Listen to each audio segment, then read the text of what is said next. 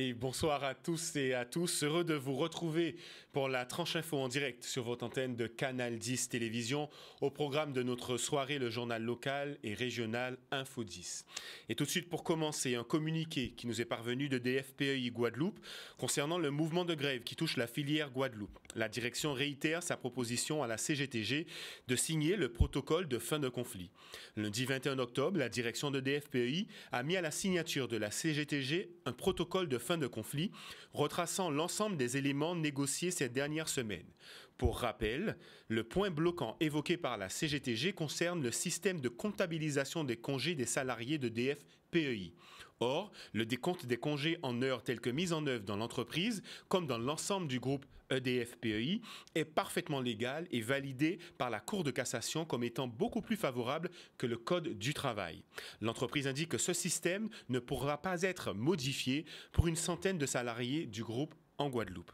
La direction de DFPEI reste disponible pour une signature ce vendredi 25 octobre et continue à appeler à la conciliation pour une sortie de conflit imminente.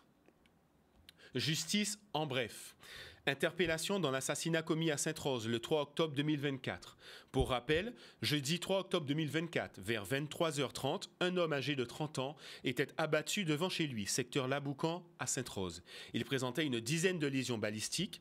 Une enquête en flagrance pour assassinat était confiée à la section de recherche. Cette enquête permettait d'apprendre que la victime avait une altercation l'après-midi même de sa mort suite à une remarque faite par la victime à une jeune femme dont le compagnon intervenait.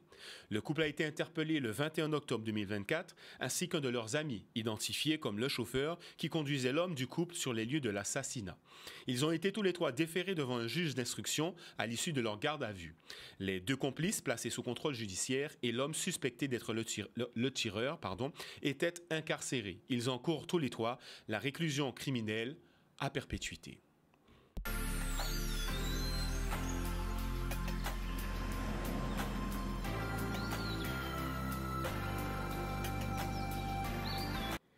Et nous débutons cette tranche info avec la journée de sensibilisation au cancer du sein dans le cadre du mois de lutte contre le cancer. Le CHU de Guadeloupe et le service de gynécologie du pôle parents-enfants ont organisé une journée d'information et de sensibilisation dans les bâtiments du pôle parents-enfants de Palais-Royal aux Abîmes.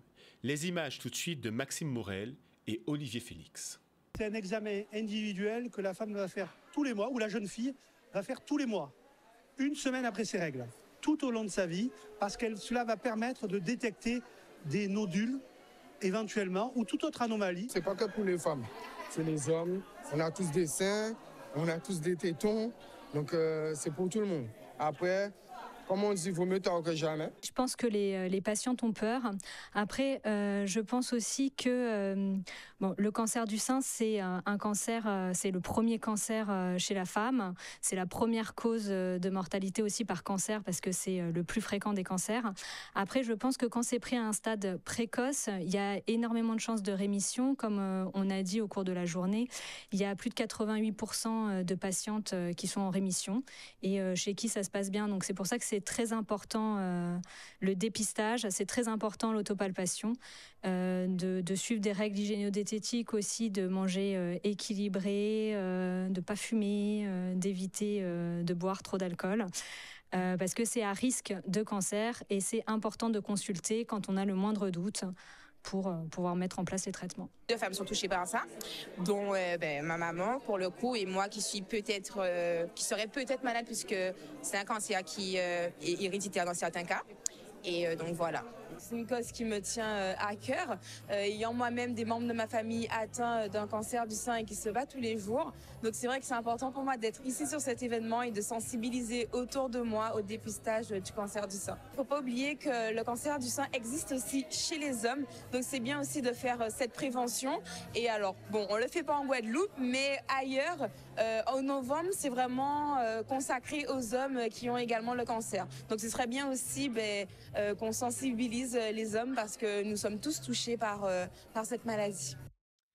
Effectivement, nous pouvons tous être touchés par cette maladie. En tout cas, un mois de sensibilisation qui se poursuit avec ces nombreuses activités d'une importance majeure.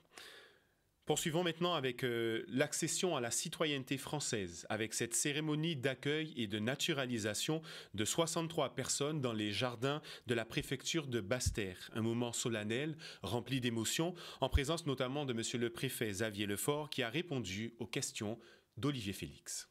Être français, c'est pas appartenir à une race, avoir une telle ou telle couleur de peau. Être français, effectivement, on peut venir de n'importe quel endroit du globe ou de la Terre, mais c'est adhérer aux valeurs de la République. Voilà, c'est ça qui fait la nation. C'est pas l'origine, c'est pas le sexe, c'est pas la religion, c'est pas la race, c'est pas le sang qu'on a dans nos veines qui fait la nation, c'est d'adhérer aux valeurs de la République. Et aujourd'hui, on a des parcours très variés de gens qui viennent, bien sûr, des pays de la Caraïbe, mais aussi qui viennent du Maghreb, qui viennent des pays d'Europe, qui viennent du Moyen-Orient. Voilà, et c'est souvent l'aboutissement d'un parcours long, parce que la naturalisation, voilà, ce sont des démarches administratives souvent compliquées. Ça suppose aussi pour certains d'abandonner leur nationalité d'origine. On n'a pas forcément toujours la double nationalité, donc c'est un engagement très très fort. Voilà, donc moi j'étais très heureux, il y avait avec les élus présents de pouvoir de remercier, saluer tous ces gens qui font le choix de la nationalité française, et ça prouve effectivement que la France, c'est la nation des droits de l'homme, c'est la nation effectivement où beaucoup de gens dans le pays étranger se reconnaissent dans les valeurs de la République, et ça c'est toujours un moment très fort. Le passeport français est très important. Aussi, j'habite en Guadeloupe depuis 10 ans et vraiment ça m'intéresse pour voir la nationalité française, d'être français comme tout le monde, comme tous les Guadeloupéens ici, comme tous les Français. Je suis très fier en fait d'avoir cette journée entre vous et d'avoir la nationalité française, bien sûr. Je suis en France depuis 1977. Et ça faisait très, très, très longtemps que j'ai essayé de faire le dossier qui est très compliqué et très long. Et voilà, donc j'ai réussi maintenant à devenir française. Et ça je suis encore tout émue.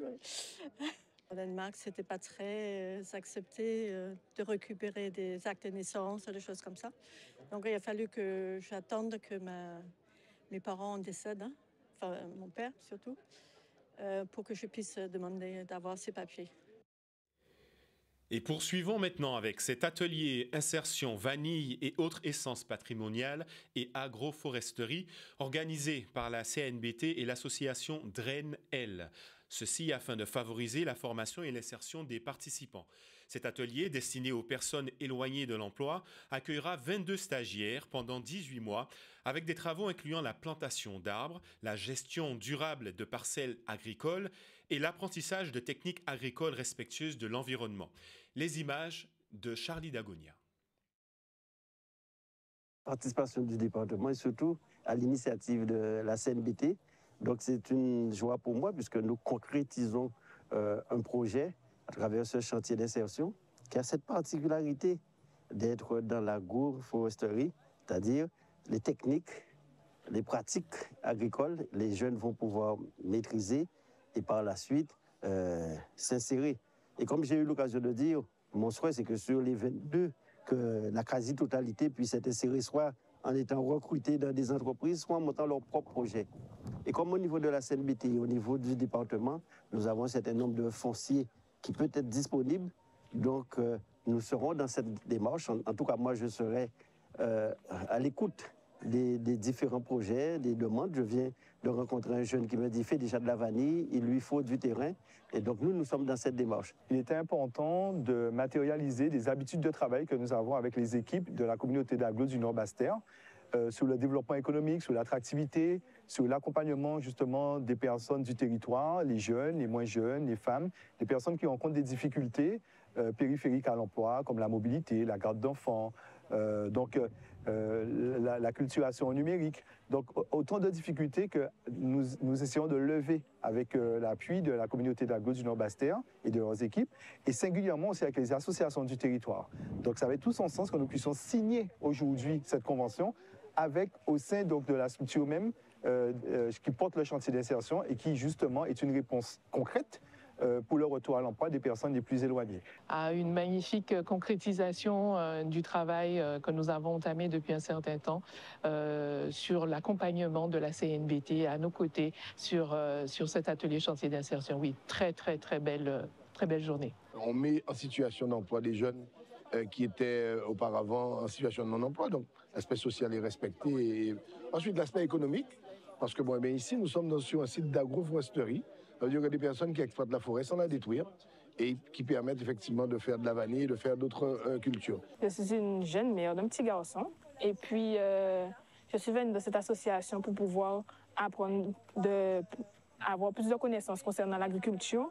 Et ici, c'est un terrain qui est apaisant, on travaille dans la bonne humeur, on travaille sans stress, on se sent à l'aise, on se sent intégré également. Et puis, il n'y a pas de mots pour décrire l'ambiance, en fait, parce que c'est une très bonne ambiance.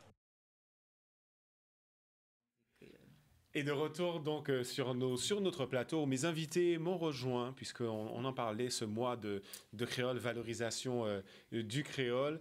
Et pour en parler, mes invités sont là. Il y a, merci de nous recevoir, Yasmine Lubino-Erlem. Vous êtes directrice de la médiathèque Ernest J. Pépin. Bonsoir madame. Bonsoir Andy. À vos côtés, il y a Rolande Zénon qui est coordinatrice au sein du comité Banzil. Tout à fait. Bonsoir. Bonsoir. Et pour compléter ce plateau, il y a Kimberly Thomas, qui est coordinatrice d'un événement dont nous allons parler, qui est Infiniment Rose. C'est ça. Bonsoir. Bonsoir.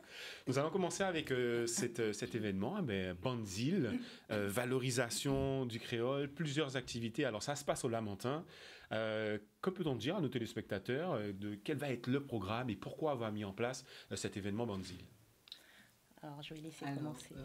Banzil, on le célèbre depuis plusieurs années. Il faut dire que ça a commencé en 1983, où les pays qui parlent créole ont décidé de valoriser la langue, donner plus de poids à la langue et à la culture. Donc, nous, c'est au niveau de... Nous travaillons aussi au niveau de l'Église. Oui. On est catholique au niveau de l'Église. Et nous organisons des manifestations autour d'un thème. Et cette année, nous avons choisi comme thème livre et lit. Qui Jean, Léocali, ça s'appelle Mofoiseo. Ok, très bien. Autrement dit, comment la lecture peut nous changer. Tout à fait, peut nous transformer. Nous aider à évoluer. Voilà. Alors, j'ai trouvé le programme très intéressant. Alors, c'est sur 3 jours. Et cette année, nous sommes en partenariat, on dit en lionnage, en partenariat avec la médiathèque du Lamentin et avec la Cour Beaucantage. Très bien. Alors, justement, je le disais, un programme sur 3 jours. La médiathèque, évidemment, dans sa mission, j'ai envie de dire, de valorisation, bien sûr. C'est naturellement que vous vous êtes tourné vers cet événement. Notamment Alain Rutil, qui va être, on va dire, glorifié Alain Rutil, l'une des activités notamment qui sera proposée. Voilà, ça va être très, très riche. On a plusieurs activités proposées. Ça va commencer déjà dès demain soir, où on attend le public nombreux à 18h30. On va avoir une conférence débat avec des acteurs, on va dire, éminents et incontournables qui font vivre notre patrimoine culturel et notre langue régionale, le créole. Donc Alain Rutil, effectivement... un écrivain, Marie Galantet...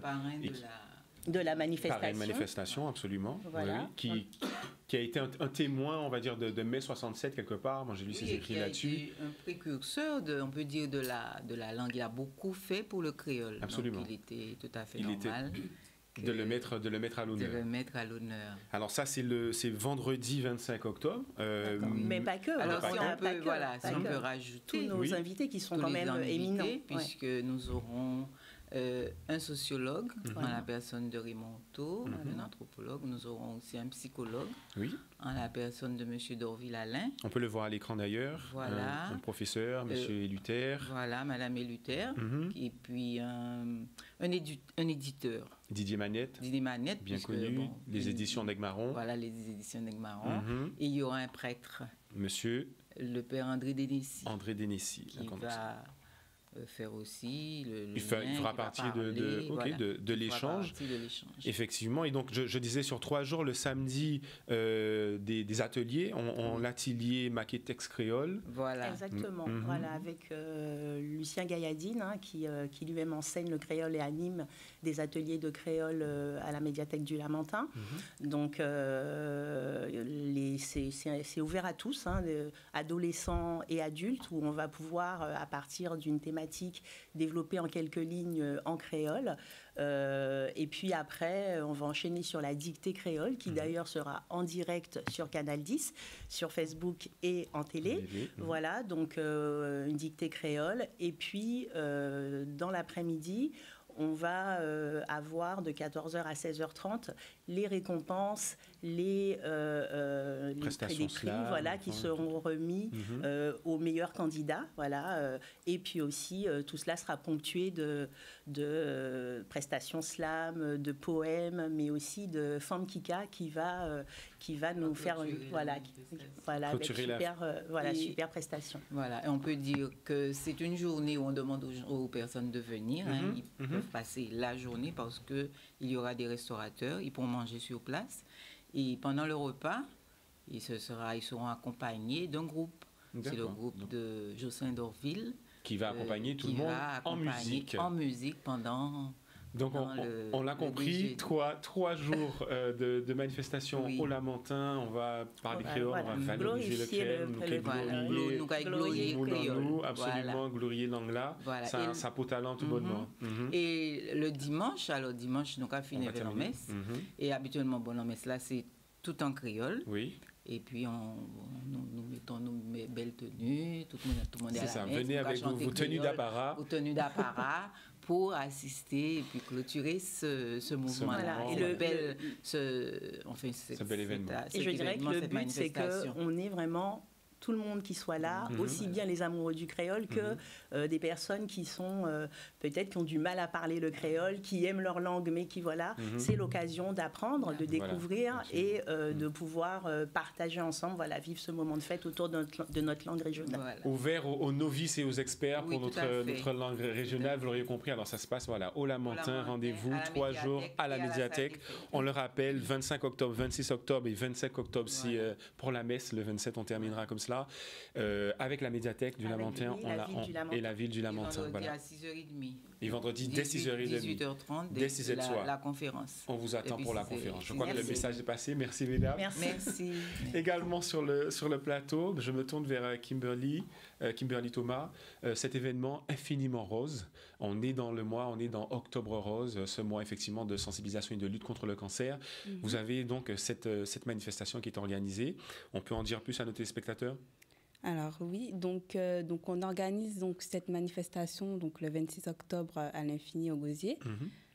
Donc c'est une journée porte ouverte de 9h à 18h où il y aura 20 stands. Donc c'est un peu sous forme de petit village, on va dire.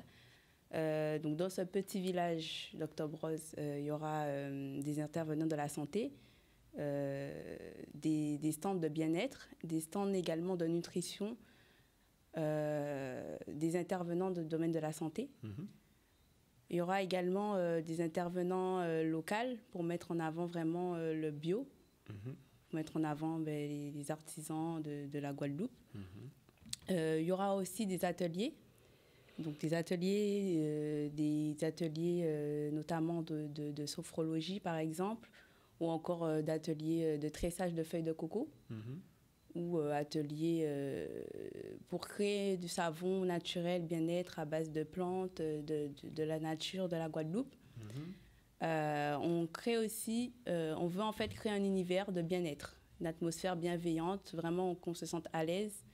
Quelle est l'idée? C'est une journée autour du bien-être?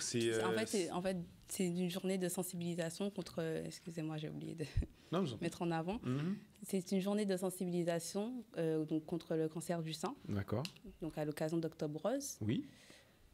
Et donc une journée porte ouverte avec ces stands qui seront proposés, différents ateliers, vous l'avez dit, autour du bien-être. Donc l'idée c'est de pouvoir venir être sensibilisé avec quoi? Il y aura des conférences peut-être? Est-ce qu'il y aura des tables rondes? Non? Non, il y aura juste une conférence de presse avec plusieurs intervenants de santé qui vont faire des débats, qui vont sensibiliser le public. Il y aura également un défilé de mode.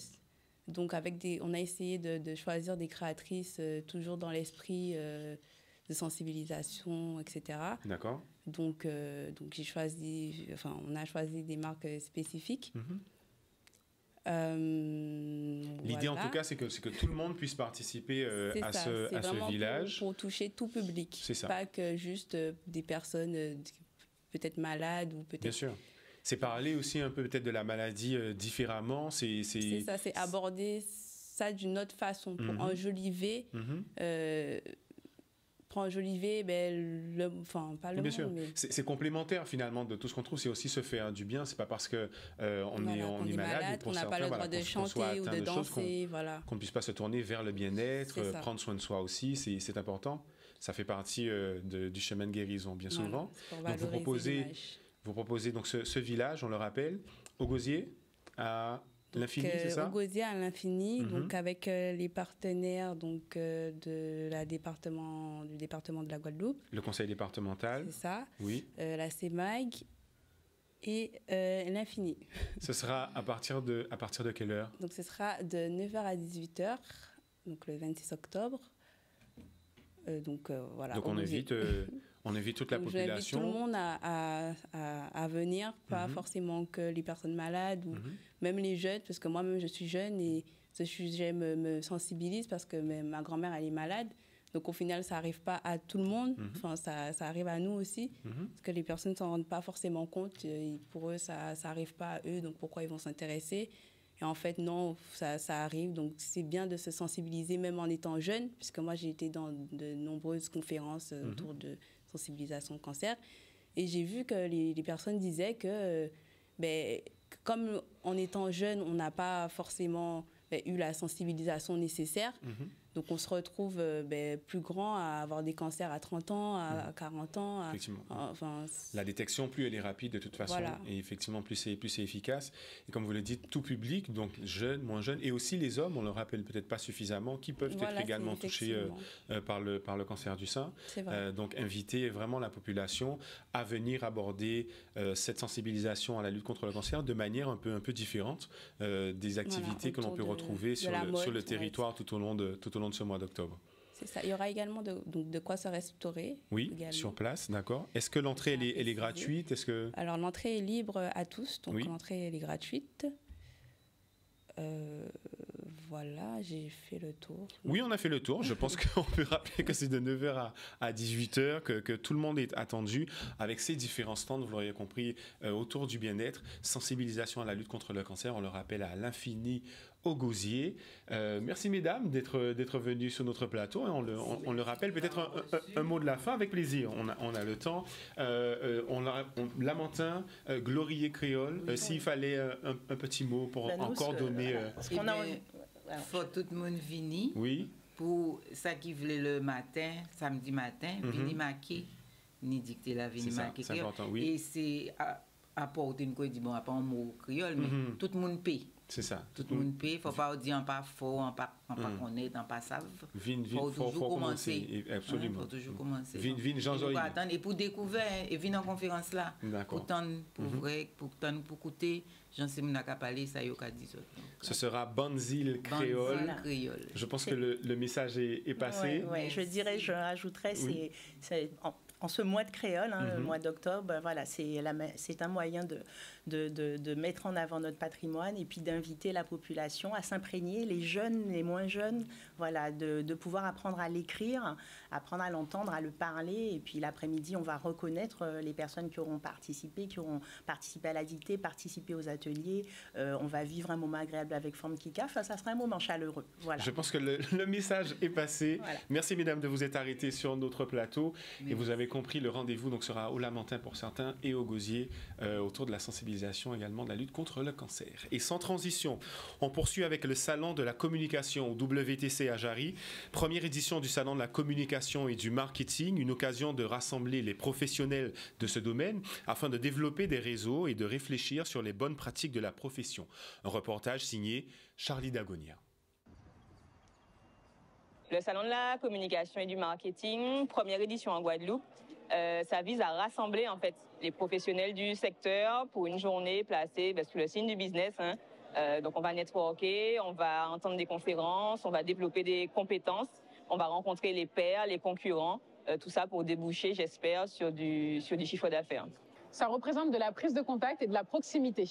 En fait, on a toujours tendance à se dire que la Guadeloupe, finalement, c'est une île, c'est petit. Mais l'air de rien, le réseau, c'est quelque chose qui se travaille. Et ce travail sur le terrain, ça nous permet justement de générer des rencontres, des entretiens et éventuellement du business, donc du travail par la suite. On a deux attentes principales. La première, c'est que les participants qui viennent donc trouvent leur compte en matière de contenu sur le programme de conférence.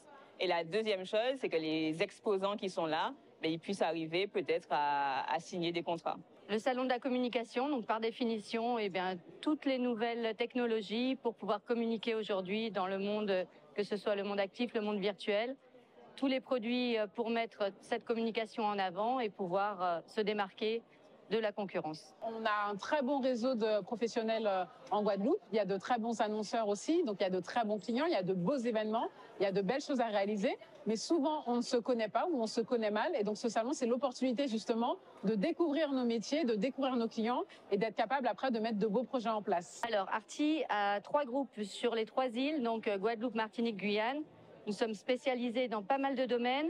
Nous avons le groupe Arty Guadeloupe qui est spécialisé dans tout ce qui est affichage, donc le grand format, les affiches 4x3 que vous voyez au bord des routes, tout ce qui est bâche grand format, vraiment très grand format que vous voyez sur les immeubles, et tout ce qui est PLV, toute cette PLV avec des cartons qui sont en matière recyclée, donc qui s'appelle du reboard. Donc nous, on peut créer absolument tout ce que vous imaginez, on peut le créer à votre image. La communication, c'est un champ de travail qui est extrêmement large.